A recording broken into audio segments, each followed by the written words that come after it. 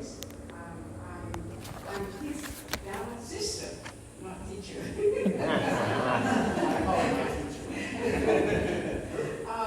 So we want to emphasize what's going on today, and today is a retreat. However, we want to embed Ullambana Festival. It's a part of practice that we do during the month of July. This is lunar calendars, and the purpose for the Ullambana is this is the offering to ancestors. This is our direct gratitude, and when we tell, like just like they say, ancestors, we include parents, grandparents, and teacher, or whoever had in your life gives you some advice or some good things in life. And the second thing is, the reason is there is an offering to the monastics, Sangha. Monastic Sangha is all the monk and the nun, and they are like our indirect Buddha. They spread the Buddha teaching to us. So he indirectly our teacher. And there's a story of the Maudgalyayana is one of 10 disciples of Buddha. And I have some very clip about that, why we offer the monastic. And we had the topic today, we talked about that. So I let that play. And we want to ask everybody to stand up so we can invite all the people to come down.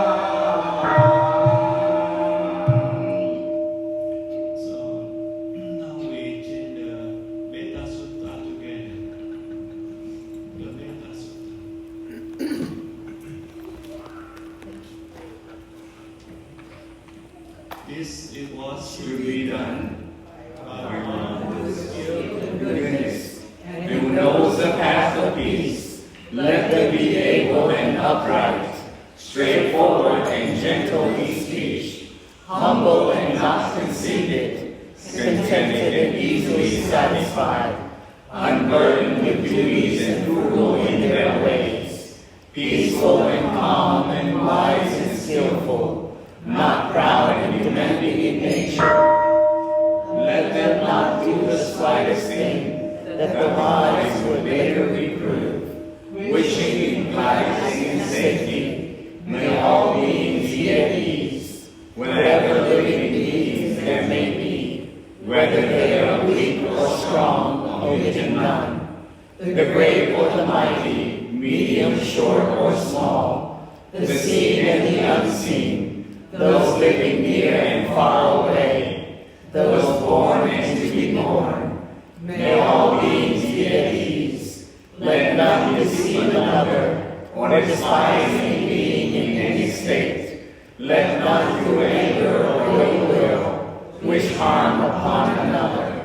Even as a mother protects with her life her child, her only child, so with a boundless heart should one cherish all living beings, radiating kindness over the entire world, spreading upwards to the skies and outwards to the depths, outwards and unbounded, free from hatred and ill will. Whether standing or walking, seated or lying down, free from drowsiness, one should sustain his recollection. This is said to be the sublime abiding, by not holding to fixed views, the pure-hearted one, having clarity of vision, being free from all sense desires, is not born again to the world of suffering.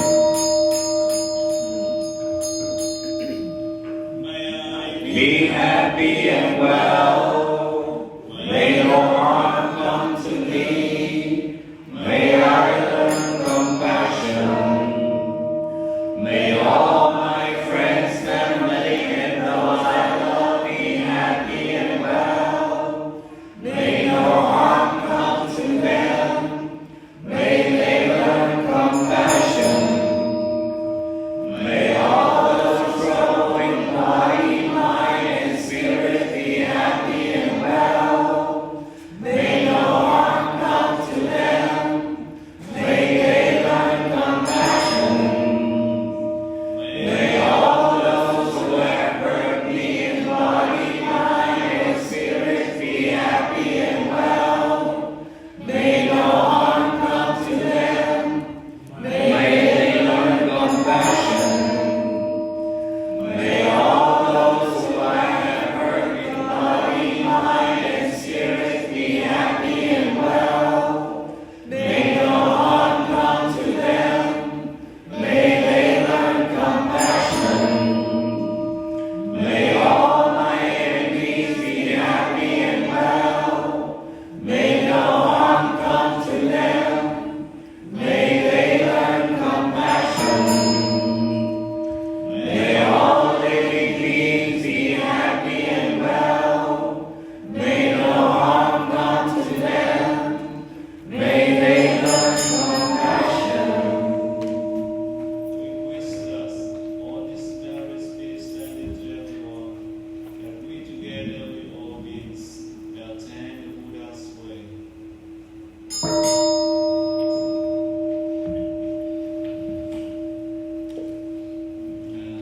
hôm nay là lễ Vu Lan, nhưng mà Phật tử người Việt đi ít hơn, thành ra chút nữa thầy sẽ giảng tóm được ý nghĩa bằng tiếng Việt. Bây giờ đa phần Phật tử nói tiếng Anh, thành ra thầy sẽ giảng bằng tiếng Anh trước.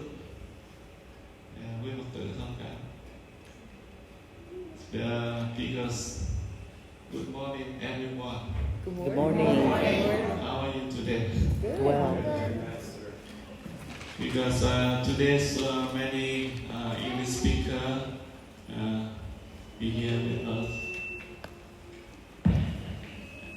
and later many Vietnamese Buddhists also come for celebrate and Ullambana ceremony. So first, my main topic today, I will explain to you the meaning of Ullambana. What is Ullambana? In Buddhism, during the time of Buddha, the Buddha Sakyamuni Buddha has 10 top 10 students. He got 1,200 arahant. It means they all attain the highest enlightenment. But in 1,200 arahant, holy men, there are only top 10 arahant. Arahant and the Buddha is exactly the same. The only difference between Arahant and the Buddha is that the Buddha is the leader, the first Buddha in the world who obtained enlightenment. And after that, those who follow him on the same path, the same way, finally obtain exactly what the Buddha has obtained. This is a fully enlightened.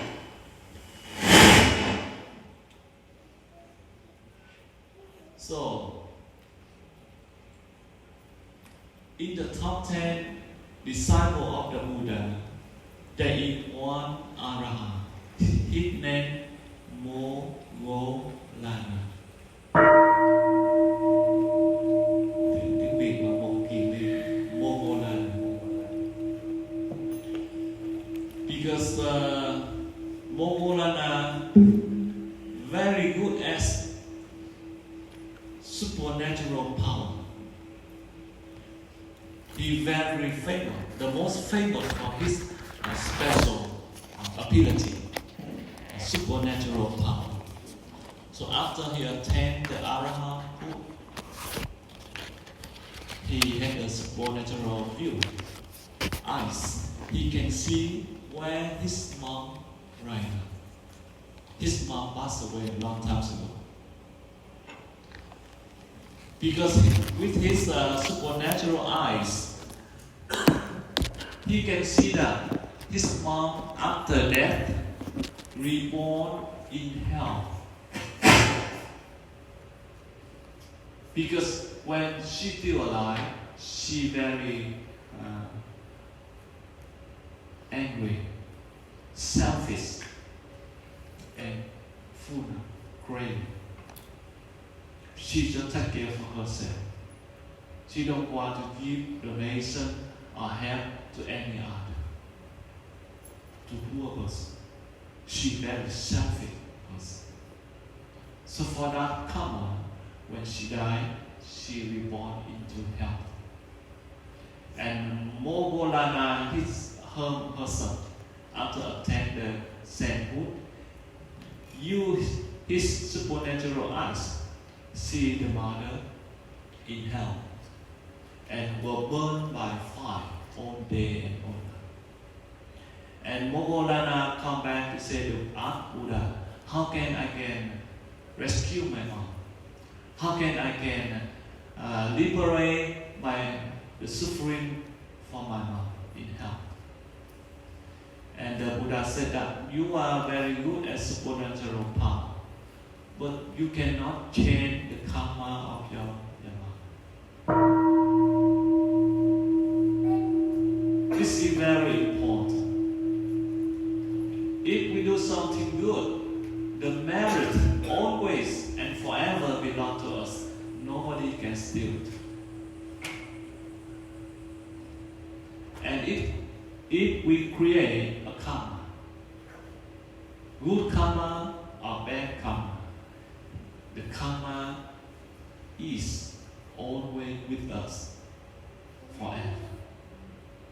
Nobody can change your own karma.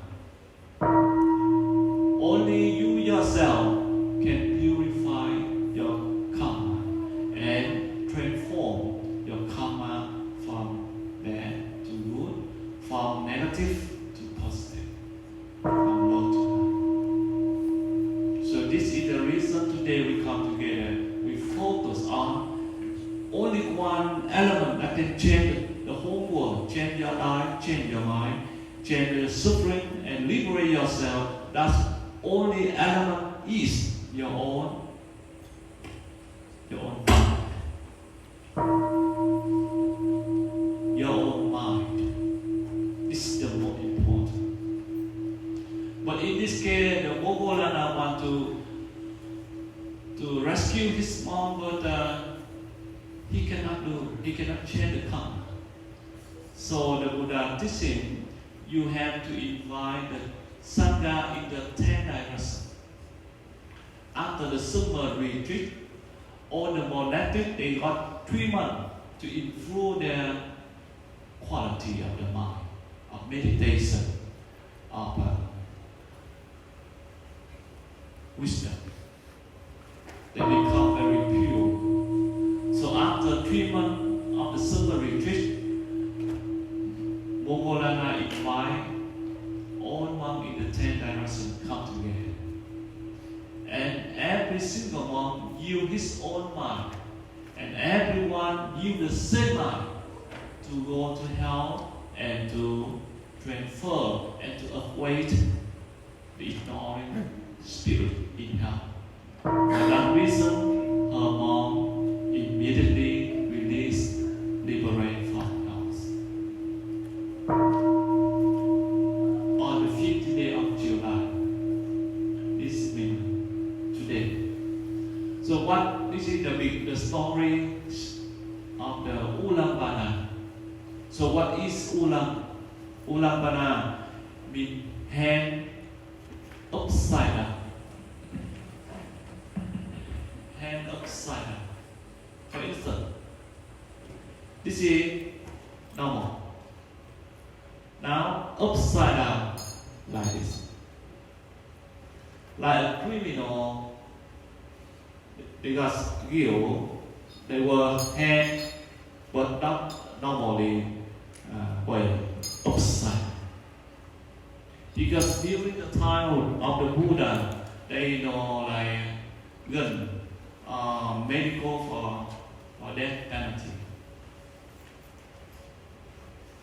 In order to punish a criminal, they have to do the upside position so many times a day. Upside down, up and down, so many times. This is the literal meaning.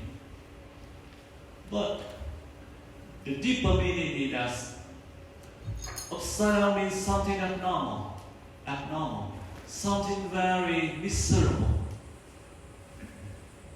and something happen in the suffering world day and night continuously.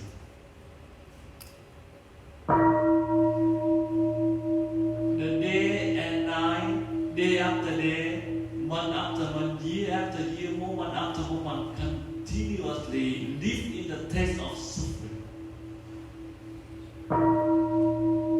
That's we call Ullambana.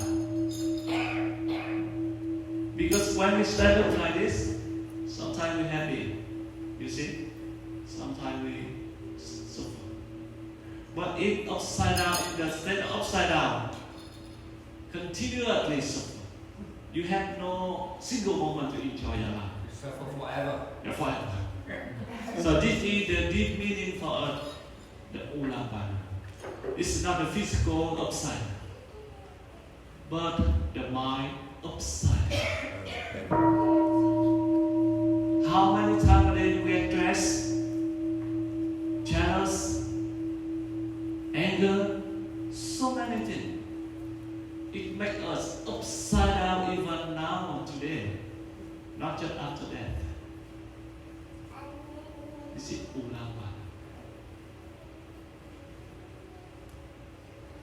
So for that reason, when a person who makes mistake don't understand the truth, the Dharma, they behave, they cultivate the very bad karma, like craving, hatred, and ill will, try to harm others. They never think about the four quality of the mind. It's loving kindness, compassion, sympathetic joy, or equal liberty. Without compassion, without kindness, how can you live in peace? That's never happened. Some people say that we struggle for peace, try for peace, but they have no compassion, no kindness. live inside, how can they live in peace? Even for himself or herself. So, Ullambana means the suffering, the inner suffering. The suffering from deep from your heart, deep in your heart, your mind. And Bana. Bana means the bowl. The bowl, basic. We can hold food, we can hold so many things inside. Because the Buddha said that after the 3-month summer retreat, monastic retreat, all the monks and nuns, they purify their karma and they almost become holy person. That's why this merit, not just one person, but the whole Sangha, it becomes very strong and very powerful. With that energy that can help awake the ignorant spirit in hell and in our world. So for that reason, after the retreat, Maudgalyayana had to offer food to the Sangha of the 10 directions. That's why they use the basin to put food in. And according to the sutra, they prepare 100 kind of food, not just 5 menu. The menu not just of 5, 100. Not include soy sauce or chili or pepper. 100 kind of food. This is in the sutra. And after eating, all the monk, before eating, all the monk and then the whole Sangha have to meditate to reach the point of concentration. And from that point, he can liberate the spirit in hell, and not only one spirit, but all spirit in the same supreme, the same situation. And until this is during the time of Buddha, it's been 2,500 years ago. Then until the 6th century, Liang Wu, Emperor China, the first emperor who offered Ullambana ceremony. And until the 7th century, in Tang Dynasty, the Buddhist Ullambana ceremony become very popular until today. And in Japan, we have Obon Matsuri Ullambana ceremony. Almost the same. And in America, we have the same, a little different, Thanksgiving. At the Thanksgiving, we appreciate our ancestors, parents, friends, family, and beloved ones. So this is the meeting today. We will study some technique of mindfulness, meditation, in order to help to awake the ignorant spirits of our own family, those who pass away. And of course, this afternoon we will offer food to the hungry ghosts.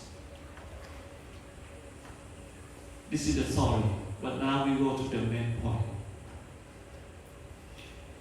In Buddhism,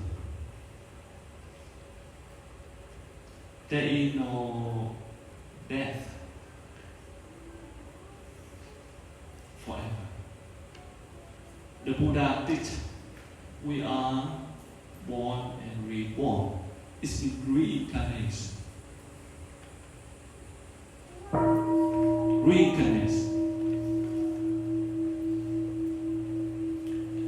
After death, where we go? There are 6 destinations. Heavenly being. If we do a lot of good work, after dying we go to heaven. Heavenly beings. The second one, human being. The third one, Asura. Asura, like you watch in the movie, the star between the war between the stars, they are like always fighting together. Asura. A lot of anger is conflict, anger, and hell, and hungry ghosts, and final animal kingdom. So that is the sixth destination. In the world of reincarnation, after that we will reborn in one of the six destinations. Heavenly being, human being, Asura, hell, hungry ghost, and animal kingdom. And in the sixth destination, only human being and animal can see each other. If you want to see others around, you need to attain the supernatural eyes, the third eyes. And how can we obtain that? Only through meditation. And I hope today some of you may obtain the third eyes.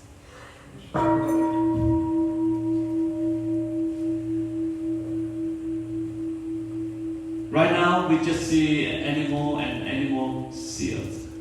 Animal sometimes can understand us. But for other realm, we have no way to see it. Only a holy name, a meditation with a high quality. With the mind, attain enlightenment, and you can see this is the real thing. Why? Buddha said about the sixth destination, not him alone. 1,200 Arahant, his disciple, after getting enlightenment, they see the same thing. Because the truth is only one. The truth always has only one. If it is true here, it will be true in everywhere. There are no two truths, only one truth. So what the Buddha experienced, recognized, his students do the same thing. So in the sixth destination, a master Zen Master Thích has one saying, very wonderful. I want to remind you, a cloud never dies. Sometimes our beloved one passes away, we cry and they fail. We suffer. But if we understand the teaching of Buddhism, we will remember that a cloud never dies. It transforms in other form like rain or water. Sometimes we see it, sometimes we cannot see it. A cloud sometimes visible and sometimes invisible. A cloud never dies. So if some of your family member pass away, today the day we meditation on last verse, we pray for them. With a strong belief that they're still with us in our form. No crying. You see the little old study, we have many friends. Some of my best friends, he came to me so many times when we found this part. He is an engineer in NASA for more than 30 years. He passed away, and his family keeps silent for the years. And today, the 6th week.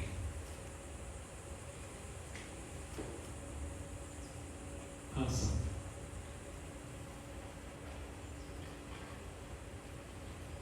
She come here every week, but nobody knows. Just only yesterday she come to tell me. 55 years old. 30 you walking in NASA, very smart, suddenly die without marriage. So, we do believe Allah never dies. And we try to meditate on this. So, in Buddhism, sometimes we pray for the dead, the departed. It's not meant to offer them something.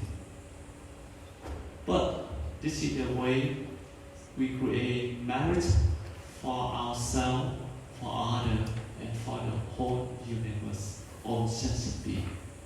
This is the way we practice compassion. Thank you very much.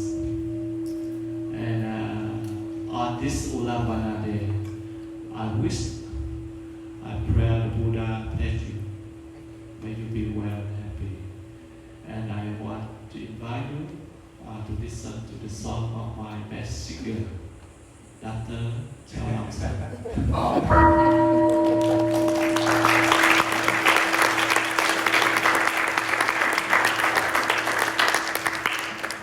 Thank you very much. He wanted me to sing the best song for me. I don't have any best song, right? So you remember I sing the song earlier? That's the best song we have here. Let's sing together, right?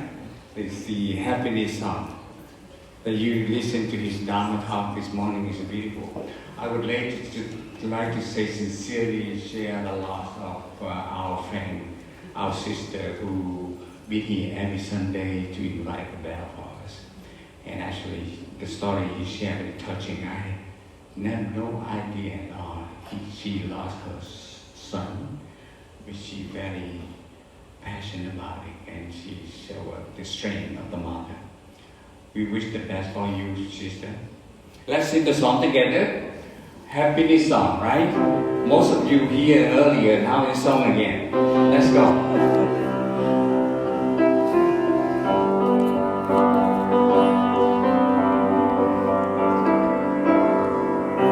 Whenever I wake up, I feel happy.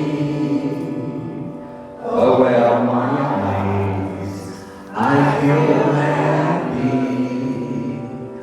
Aware of my health, I feel happy. Because I have learned to believe. Whenever I walk,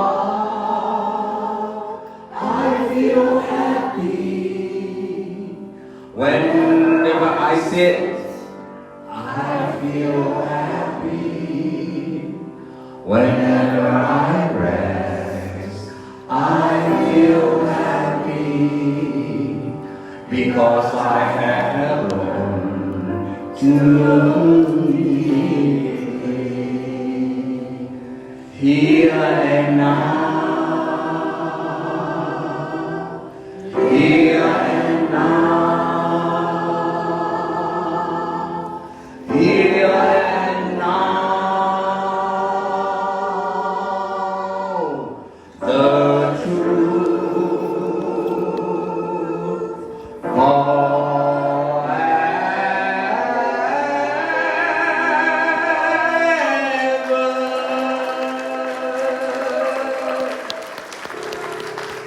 So you like it, huh? Thank you very much, man. No, next time. You come next Sunday, we will have to send you down. Alright? We'll be here for you. Alright? Happiness. So now I'd like to invite Sensei Morris and a few words on this ceremony, and after that we will study the meditation.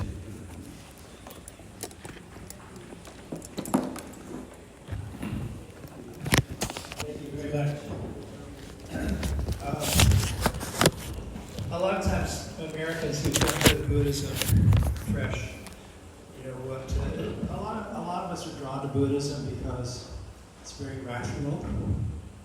It's kind of humanistic in a lot of ways, and then you encounter different levels of existence, and you can trade. Can I have that one? See, can you get this one back in time? I think this is. Maybe this is. It isn't. Can you turn this up?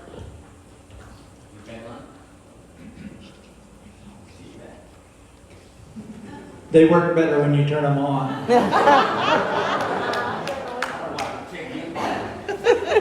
I assume somebody hands me a microphone that it's on. Anyway, a lot of us come to Buddhism with this idea that a lot of people have turned away from other religions, and Buddhism makes a lot of sense and all of that, and then you encounter things like hungry ghosts and heavens and hells, and you're like, where do I put all this stuff? How do I relate to this? And so first of all, let me just tell you, you don't have to believe in anything. It's about what you do. So what can you take away from a time like today in a way that affects what you do, how you understand reality? I had an opportunity, because of COVID and things going virtual and stuff, I had an opportunity to attend online Feeding the Hungry Ghost ceremony. We're going to be doing that later. And this was with a Buddhist community in California. And in a place where there's a lot of actors.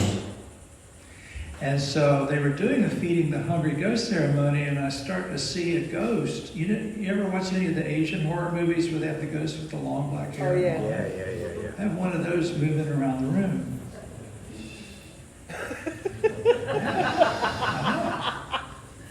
And I'm watching this, and at first I'm thinking, okay, well, obviously they've got someone who's an actor who really likes to dress up as what they envision a hungry ghost as and go around the room. So hungry ghosts, as they're depicted in Buddhism, they have very small beak-like mouths and very long necks and cavernous bellies. And so it's very difficult for them to ever get enough. That's what greed is. It's the state of never getting enough. No matter how much you have, it's never enough. And so they're really kind of the embodiment of greed. They can't get enough. And in the story that Tai told about Moudgalyayana and the Buddha and Moudgalyayana seeing his mother, he offered her rice initially. And when she tried to eat the rice, it just turned to fire. And so and this is the thing with hungry ghosts, usually if you offer them something, they can accept it.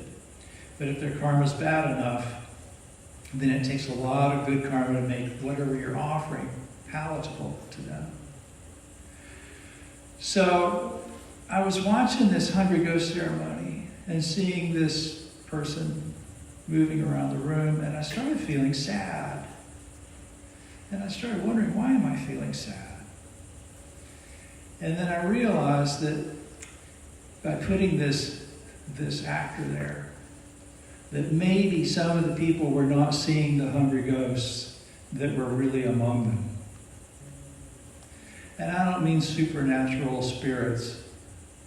I mean, sometimes the hungry ghosts are what we see when we look in the mirror, what we see when we look closely at ourselves.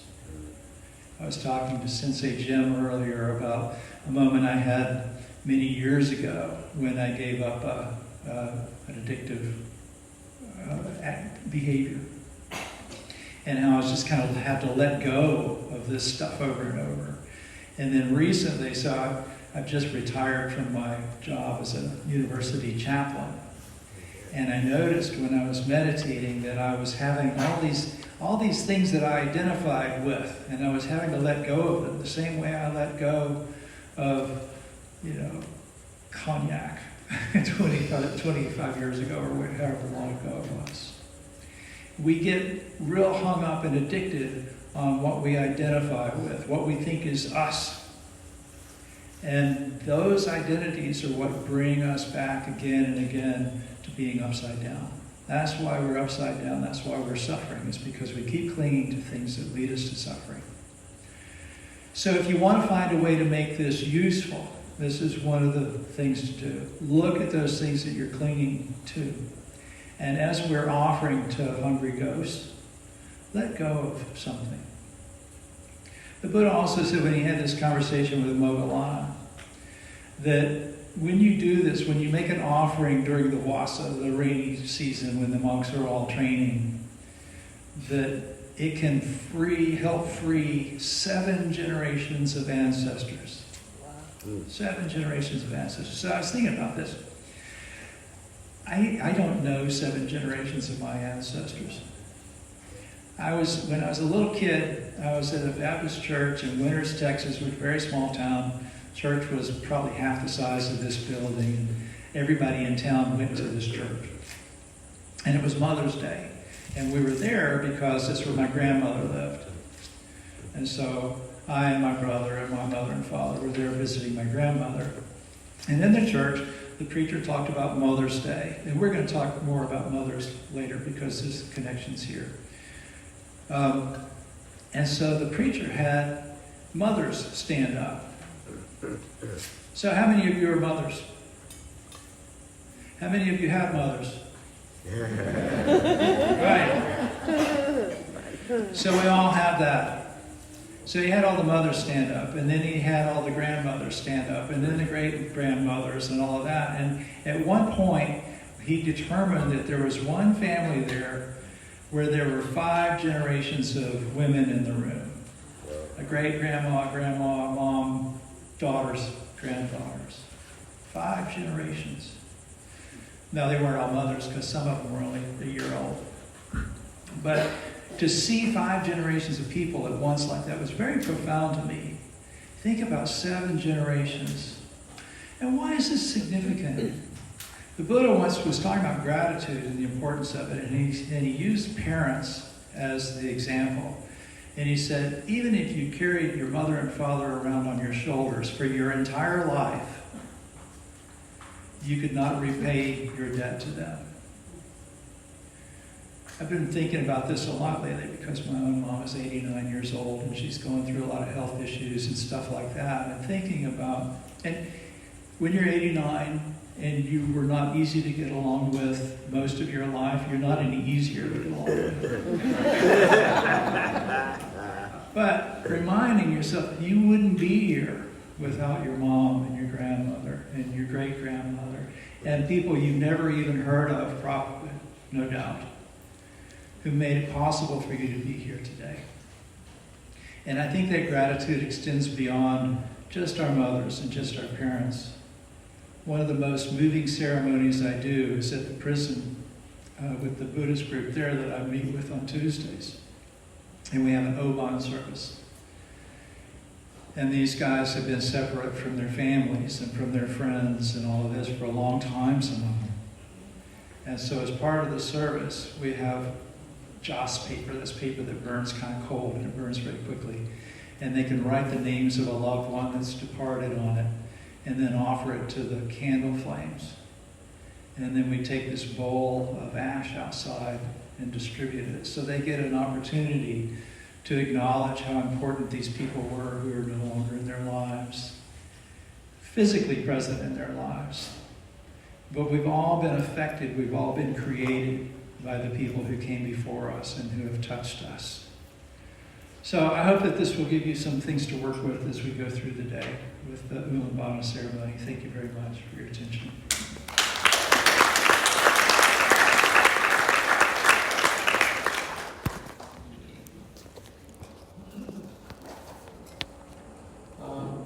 Before we do Ullambana ceremony, I invite you to practice meditation for a few minutes.